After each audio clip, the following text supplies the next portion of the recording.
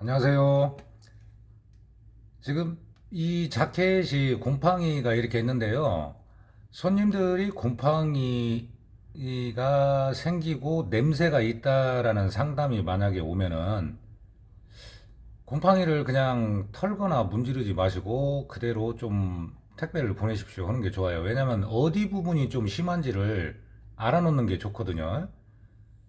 이렇게 전국에서 일이 오기는 하지만 특히 곰팡이가 자켓이나 아니면은 잠바나 뭐 가방, 명품 가방도 곰팡이가 많이 생깁니다. 그 철이 뭐냐면 비가 오거나 습할 때 있잖아요.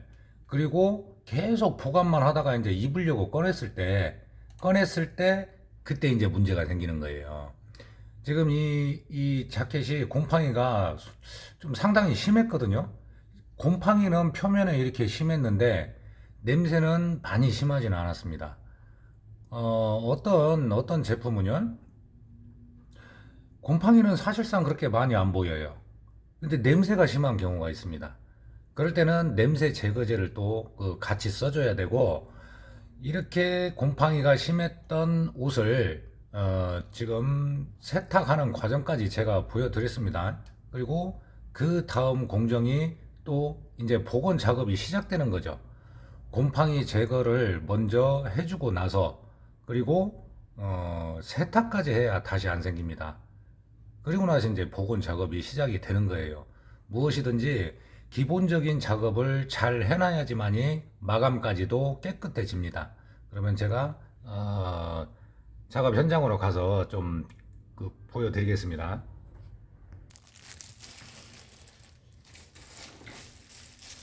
자, 일단은 아까 그 사진처럼 팔 쪽을 보면 깨끗하죠. 아주 깨끗해요. 곰팡이 제거만 했을 때도 이렇게 표가 안 난다는 것입니다. 그런데요, 세탁을 안 해주면은 다시 생길 수가 있어요. 그래서 약품이라는 것은 참 중요하고, 제가 이제 나중에 또 이제 그 회원분들을 위해서 약품을 구입처나 이런 걸 설명을 해드릴 건데요. 곰팡이 제거제도 종류가 너무 많아요. 근데 우리는 가죽을 다루는 일이다 보니까 가방 아니면 잠바잖아요. 그러니까 이제 거기에 맞는 약품을 써야 한다는 것이죠. 저도 굉장히 시행착오도 많았고 그렇습니다. 지금 이 부분은 어깨 부분은 탈색이 심하고 일단은 곰팡이가 제거가 되고 세탁을 한 후에 완전히 건조가 됐어요. 그리고 냄새 없습니다. 가죽 전용 약품을 써야지만이 안감 우라에도 문제가 안 생기는 거예요. 자, 곰팡이 제거가 됐으면 여기서 바로 염색이 되느냐? 그게 아니죠. 세척인데요. 세척을 할 때 이 손목, 소매 안쪽도 신경을 써서 해야 됩니다. 그리고 가죽 자체가 이렇게 부드럽고 좋은 가죽은 가격대가 상당히 있는 옷들이 많아요. 그런 옷들은 뭐냐면 약품의 양을 너무 많이 해도 안 됩니다. 자, 일단은 소매 쪽에서 보고 지금 곰팡이를 제거하고 세탁을 했잖아요. 근데 지금 광택이 살아있죠? 있죠? 그러니까 가죽의 손상이 어떤 그 문제가 안 생기는 약품을 잘 골라서 써야 된다는 겁니다. 그리고 부드럽고 얇고 그런 가죽은 약품 자체를 너무 많이 쓰면 안 돼요.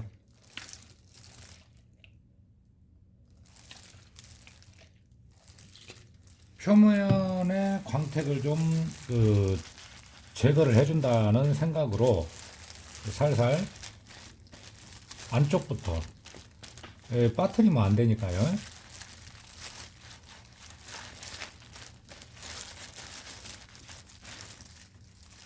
자, 이제 자연적으로 마르기는 하는데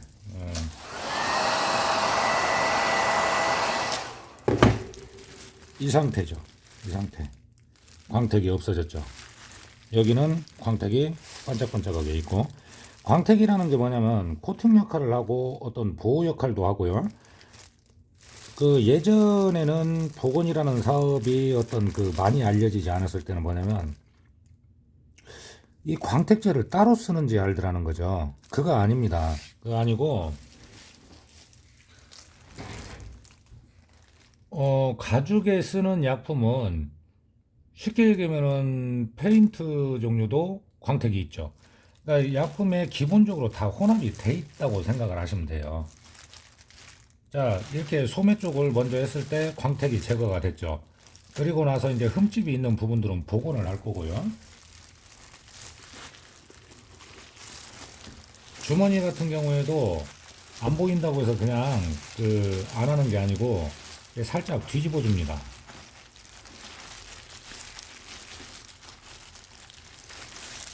뒤집어 주고 가죽 부분을 똑같이 세척을 해주는 거예요.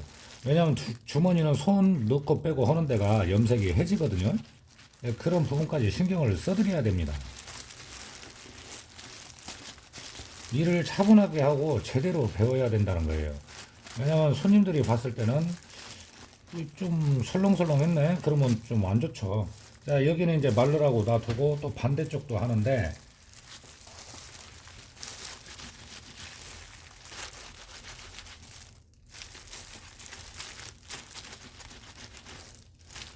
이 세척을 할 때나 염색을 시작을 할 때는요, 안쪽부터 해주는 게 좋습니다.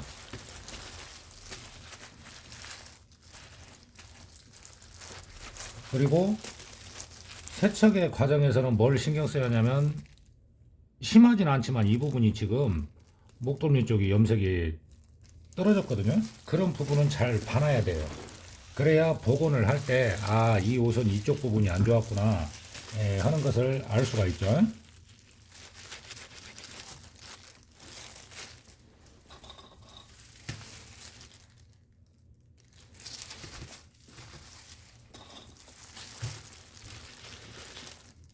자, 이쪽 부분이 지금 희끗하게 안 좋아요. 성의 있게 일을 해주면 손님들이 이제 워낙에 이제 문의도 많고 손님들이 많다 보니까 일일이 연락은 안 주시고 그러지만은요, 뭐 좀 노력은 했네 이런 것을 알고 계십니다.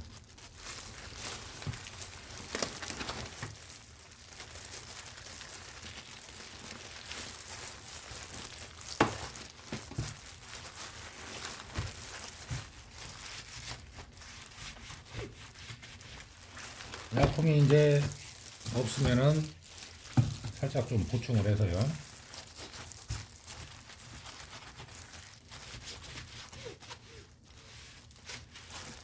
이렇게 부드럽고 그냥 딱 봐도 가격대가 있는 옷이다, 뭐 그건 알 수 있지만 이렇게 부드러운 가죽은 너무 세게 문지르면 안 됩니다. 자, 이제 광택이 사라졌죠? 이제 밑단 부분도 세척을 하면서 쭉 보는 거예요. 어디 쪽이 좀 상태가 안 좋은지 확인을 하는 거죠.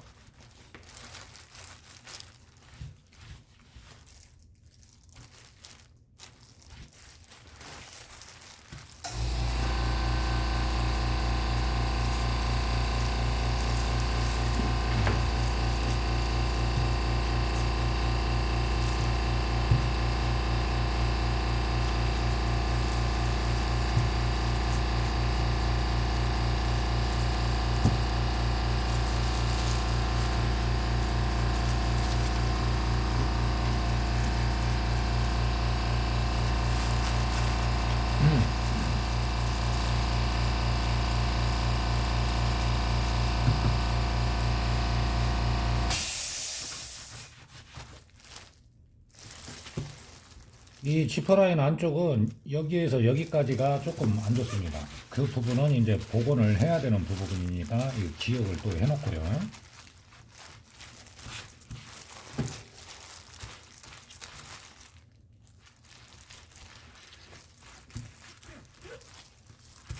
복원의 기본이라고 생각하시면 돼요. 세척을 안 하고 그냥 염색을 하면은 문제가 생길 확률이 큽니다. 자, 이제 탈색된 부분 한번 볼게요.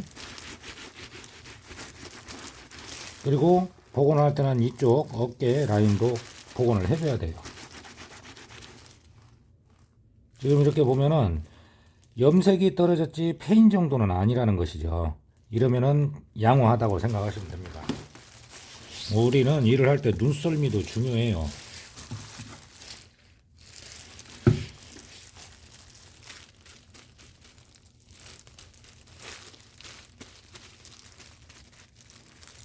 빨간 거는 뭔가가 안 지워지는 것이 보던데 이거 뭐 크게 걱정 안 해도 됩니다.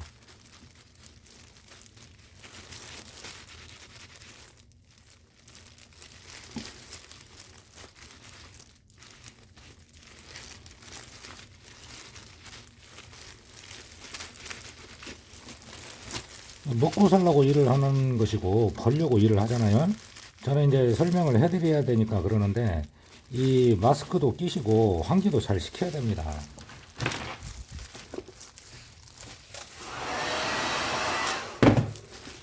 자, 이제 등 쪽에는 크지는 않지만 여기에 희끗한 흠집이 있죠. 뭐 이런 부분도 세척을 해보면은 여기 같은 경우는 움푹 들어갔어요. 그러면 제 예상으로 볼 때는 뭔가 뜨거운 거나 아니면 어떤 그 독성이 있는 약품이 튀었다는 것이죠. 뭔가가 튀거나 그랬던 거예요. 그러면 살짝 올라올 수 있도록 복원을 해줍니다.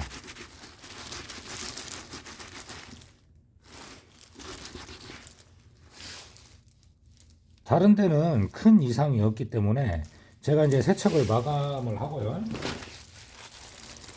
복원을 어디를 좀 이렇게 중점적으로 해줘야 되는지 그거를 다음에 설명을 드릴 건데 세척하고 이제 하루 정도는 건조를 해야 하잖아요. 자, 이런 데는 지금 염색이 떨어졌단 말이죠. 검정색인데 회색처럼 보이고 희끗하게 보이죠. 그러니까 이런 부분은 당연한 것이고, 자, 여기 같은 경우는 복원을 안 해도 무방하다 이거죠. 괜찮은 것 같지만 이런 라인들은 복원을 해주는 게 좋습니다. 훨씬 깨끗해 보이죠. 여기는 밑에는 좀 이렇게 염색이 벗겨졌지만 이런 부분은 당연히 하는 것이고요.